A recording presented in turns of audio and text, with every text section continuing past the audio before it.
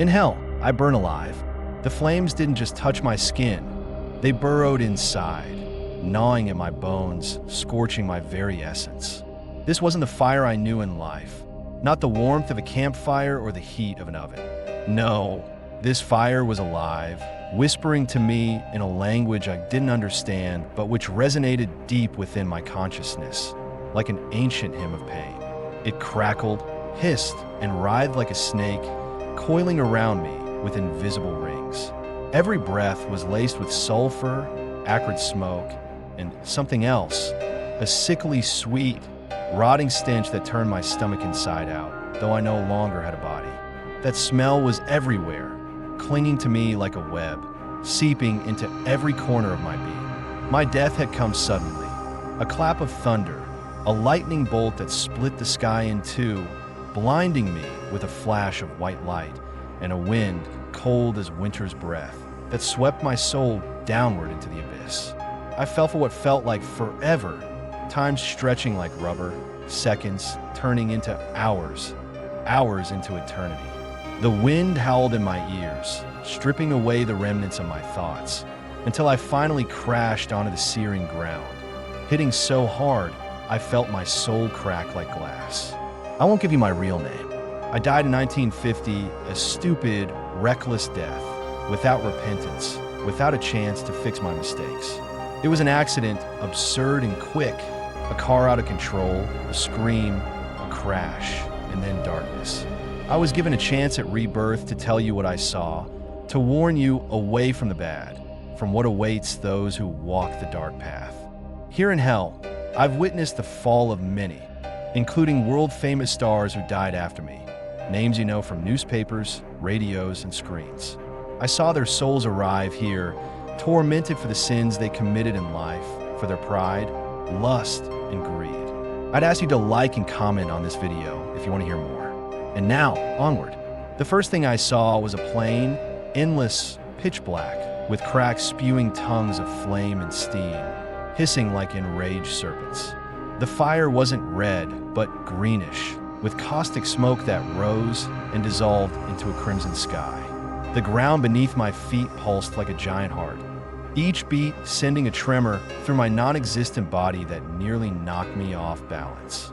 The surface was hot, blistering, covered in a crust of ash that cracked under every step, revealing molten veins like lava. The air was thick, heavy, saturated with ash and blood, and every breath cut my throat like swallowing shards of glass. I took a step, and my feet sank into something sticky, tar mixed with sand, pulling me down like a living thing, grasping at me with hot, wet fingers that hissed and smoked with every move. Above me hung a sky, not blue or gray, but crimson, streaked with black veins, and it moved as if it breathed, occasionally spewing clots of smoke that fell to the ground and turned into puddles of sizzling, bubbling acid, like a boiling cauldron. I didn't know where to go, but my legs carried me forward as if something called or pulled me like a magnet drawing iron. Soon, I saw a river, black, oily, its surface reflecting not the sky, but faces, thousands of distorted faces, silently screaming, their mouths gaping in eternal wails, eyes bulging, skin wrinkling as if from fire. It was the Styx. I recognized it from tales of the Greek Hades, but here it was wider, deeper, more terrifying than I'd ever imagined. The water didn't flow smoothly. It churned, foamed, spitting up splashes that fell back with a hiss. On the shore stood Charon, tall, bony, his face ravaged by time and darkness, as if worms had chewed through his skin to the bone, leaving only tatters dangling like torn cloth. His eyes were empty sockets, yet I felt him seeing through me, seeing every mistake, every sin I'd committed in life, every lie I'd told.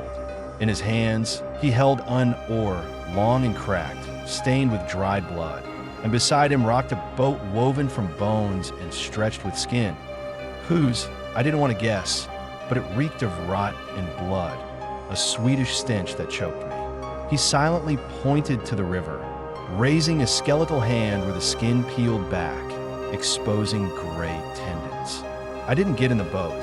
Something inside me resisted, some remnant of will that hadn't yet burned away in this fire. I stepped straight into the water, and it closed around my legs, cold as ice yet burning like boiling water, seeping into me like acid. I waded up to my knees, and instantly dozens of hands grabbed me, slimy, bony fingers of drowned souls clawing at me, trying to drag me under, their nails digging into my non-existent flesh.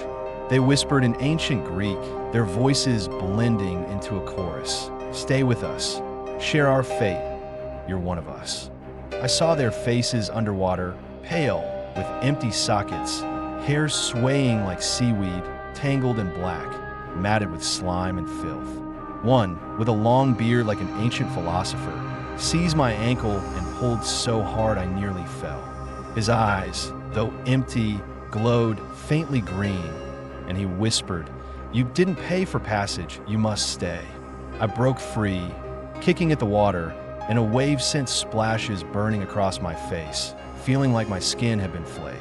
Staggering, I climbed onto the far shore, where the ground was even hotter, the air more toxic, thick with the scent of iron and death, as if I were breathing blood. Before me stretched a desert, not golden like on Earth, but red, as if soaked with blood that had flowed for centuries, leaving stains that never dried. The wind howled, and in its wail, I heard the voices of thousands of the damned, screams, moans, curses blending into an endless song of despair that sliced my ears like a knife.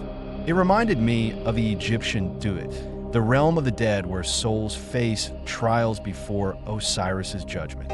I expected to see Anubis with his scales, but instead, a beast rose from the sand, a giant jackal with black fur slick with blood, eyes blazing like hot coals, smoke curling from his muzzle. Its jaws gaped, dripping tar that hissed on the sand, leaving black, smoking patches that smelled of charred flesh. It didn't speak or judge, just stared as I passed, its gaze boring into my back, branding my soul with a mark I'd never forget. The sand beneath my feet whispered in the tongue of pharaohs, "You won't leave, you're ours. Your blood has mingled with ours." I felt it clinging, trying to swallow me, pulling my legs into the red muck, but I kept walking, tearing free with every step until I saw the outline of city ahead. The city was vast, carved from black obsidian, its towers piercing the crimson sky with sharp spires like spears aimed at the heart of some forgotten god. The walls gleamed, reflecting the light of flames rising from cracks in the ground, making the city seem alive, pulsing. It was Dis from Dante's Divine Comedy, but it carried the cold gloom of the Norse Helheim, ruled by Hel, daughter of Loki. The gates were guarded by 3 hounds, each with 3 heads like Cerberus, but their fur glistened with frost that sparkled in the firelight, their breath escaping as white vapor, freezing into tiny crystals that fell and hissed as they melted. Their eyes glowed blue like a death goddess's, and when they growled, the sound was so deep my bones rattled, the ground trembling like a drum. I approached, and one head, the middle one with the longest ice-coated tongue, snapped its jaws an inch from my face, leaving a cold burn on my cheek that throbbed with pain. But they didn't touch me, only watched as I passed, their breath searing my back, blending cold and heat into one unbearable torment. Beyond the gates awaited chaos. The streets were paved with bones, human, animal, and others, crunching underfoot like dry twigs, snapping with an echo in the void. The bones were yellowed, stained with blood and mold, jagged splinters snagging at my legs.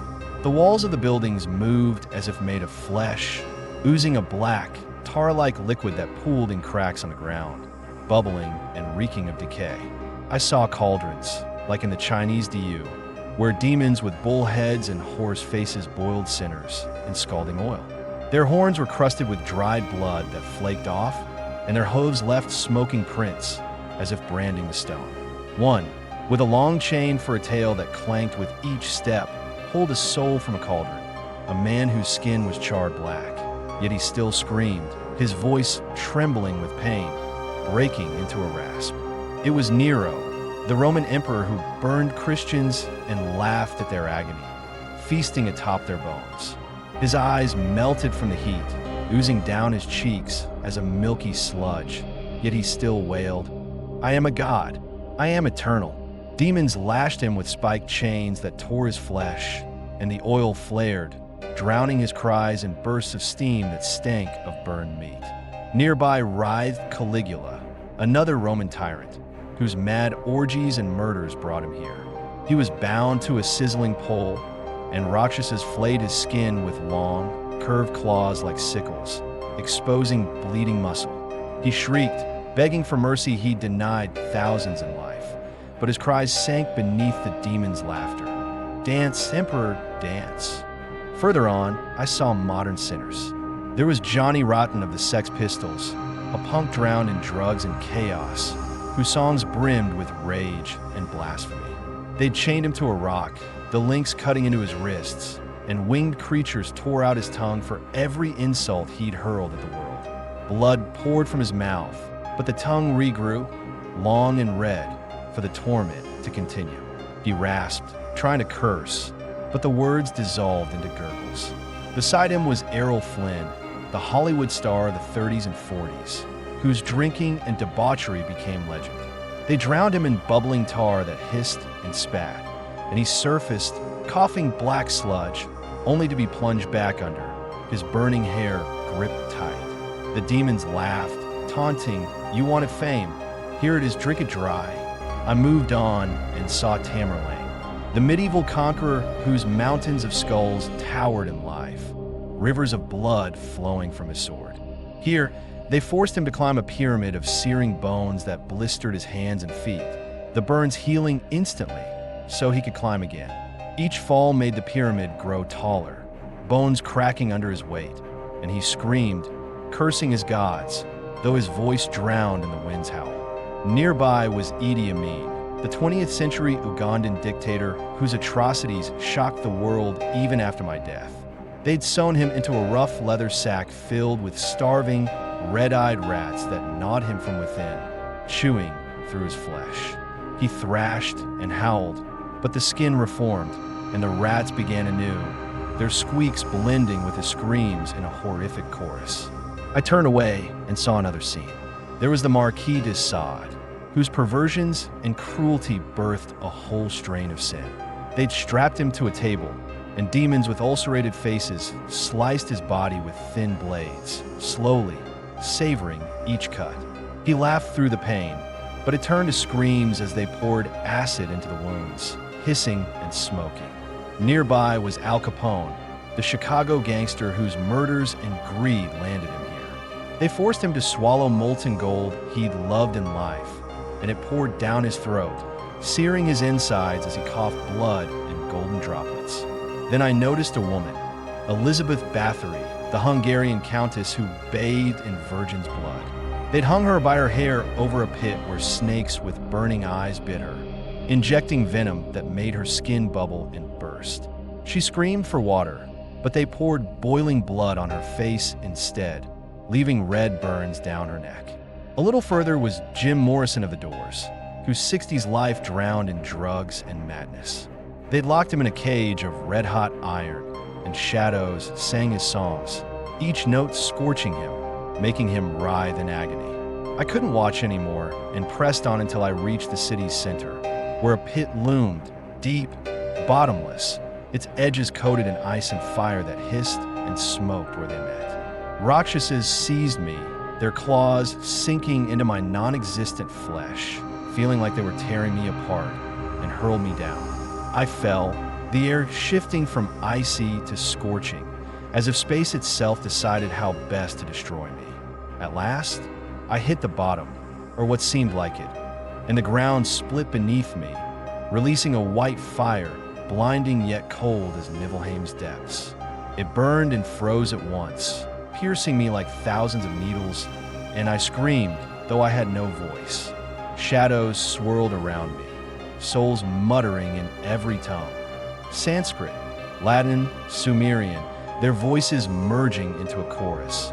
"You're one of us. You earned this." They reached for me, their fingers long and twisted, nails scratching the air, leaving trails like smoke. And then, when the pain became unbearable, When I felt myself dissolving in that fire, I saw a figure in the shadows. Tall, with horns curving like bales, eyes glowing like coals, red smoke curling around its head. It stepped toward me, and I knew this was no mere demon. This was the Lord of Hell, Lucifer, Yama, Erlich, fused into one being. Its skin was black as night, streaked with golden veins that pulsed like living things, and its voice rolled like thunder through the pit. You've seen only the first facet. Want to know what's next? It extended a hand, long, with obsidian claws that gleamed, and I felt my soul tremble, as if it could crush me with a flick. But then I awoke, or thought I did, drenched in sweat, the smell of sulfur in my nostrils, the sense that hell still lingered, its claws still brushing my back. This is just the first part of my journey, and there will be 5. Like and comment if you want me to reach out to someone I met, Nero, Flynn, Bathory, or the Lord himself, and tell you what happened next. Because this was only the threshold, and beyond it lies something far darker and deeper.